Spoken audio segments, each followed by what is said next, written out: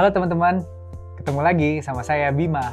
Jadi kali ini saya mau sedikit sharing tentang video cerita. Yang sebelumnya kan foto cerita ya. Nah ini saya mau sharing video cerita. Video cerita itu sekarang sebenarnya udah umum banget ya, udah banyak banget, semua pasti bisa bikin, semua bisa mengakses, semua bisa paham mengenai video cerita.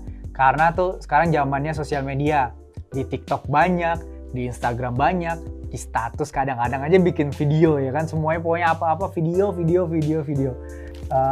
cerita itu sebenarnya di era sekarang tuh hal yang mudah untuk kita buat. Nah, sebelum kita membuat video cerita, ada hal-hal teknis seperti yang di foto sebelumnya ya, ada hal teknis yang kita persiapkan. Yang pertama, pastikan ruang penyimpanannya atau memori teman-teman tuh cukup.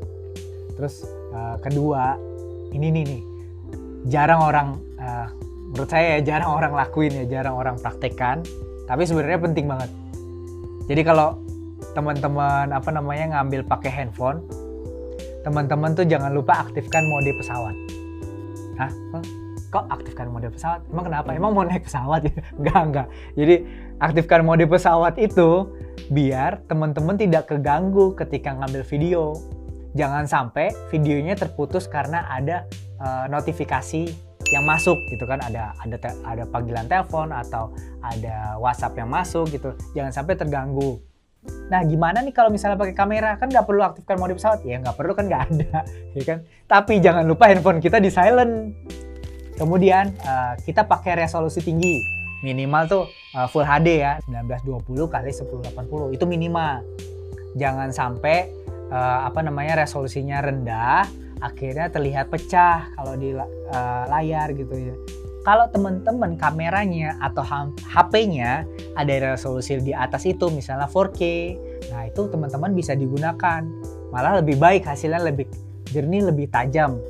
Nah, setelah itu kita pahami nih pengambilan gerakan kanan, kiri, depan, belakang. Tapi kita juga harus tahu kapan kita melakukan gerakan dalam sebuah video, kapan kita harus melakukan yang hanya diam aja.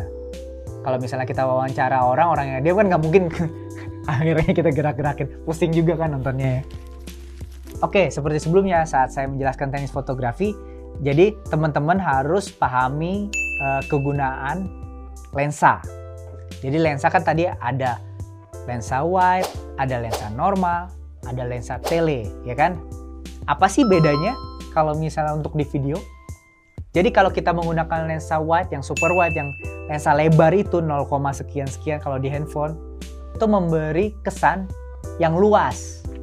Kesan yang luas, areanya luas. Kadang kalau misalnya kita di ruangan, kita foto atau ngambil video tuh kesannya tuh ruangannya luas banget. Ternyata pas kita datang langsung, loh ternyata kecil ya. Nah itu adalah kesan dari lensa wide. Dan kalau misalnya untuk video ini cocok untuk gambar yang bergerak. Nah kemudian ada lensa normal nih, lensa normal seperti mata kita, atau saya sih biasanya bilangnya lensa medium ya, lensa tengah-tengah. Kalau di kamera biasanya lensa 50. Terus kemudian lensa tele atau lensa zoom. Itu yang sebelumnya saya share adalah lensa yang memberikan kesan dekat. Ini cocok ya untuk video detail atau video profile. Misalnya kita mau wawancara orang, interview, itu tuh cocok tuh kalau misalnya kita pakai lensa tele. Kalau mau ngambil detail-detail, misalnya produk di kampung menghasilkan apa, kita bisa mengambil detailnya memakai lensa tele. Kemudian setelah kita ambil footage-nya atau gambar-gambarnya video, kita bisa download dan pahami aplikasi editing dasar.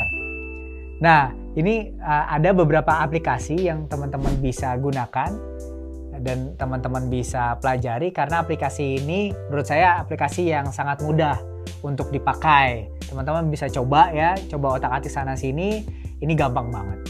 Nanti bisa dicoba ya. Oke, selanjutnya yang bikin video makin ciamik ya kan, makin oke lah ya hasilnya. Jadi teman-teman bila perlu buat narasi. Kan banyak ya sekarang video-video di sosial media tuh pasti ada yang cuap-cuapnya gitu kan. Jadi kita makanya selalu merhatiin.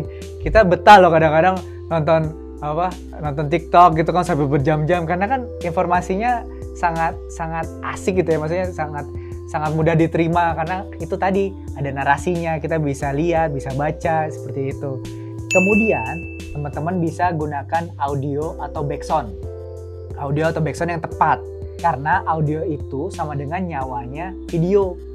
Biasanya kalau kita ngedit video itu pasti yang pertama kali dicari adalah audionya dulu ya kan, audio dulu, apa nih yang cocok nih, wah ini nih cocok nih lagunya atau backsoundnya ini nih, baru kita mulai editing.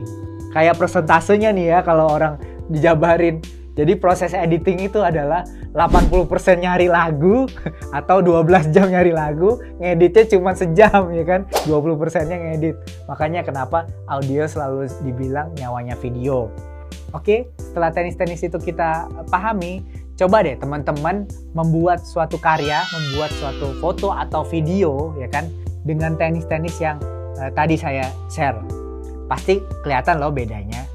Nah, saya akan sharing lebih dalam lagi mengenai foto-foto yang bisa mempengaruhi orang lain, foto-foto yang mempunyai pesan, foto-foto yang tidak hanya sekedar dokumentasi, tidak hanya sekedar buat laporan, tapi foto-foto yang memang mempunyai sebuah arti, bisa menggerakkan hati, asik, bisa memberi empati, dan bisa memberikan edukasi ke semua orang.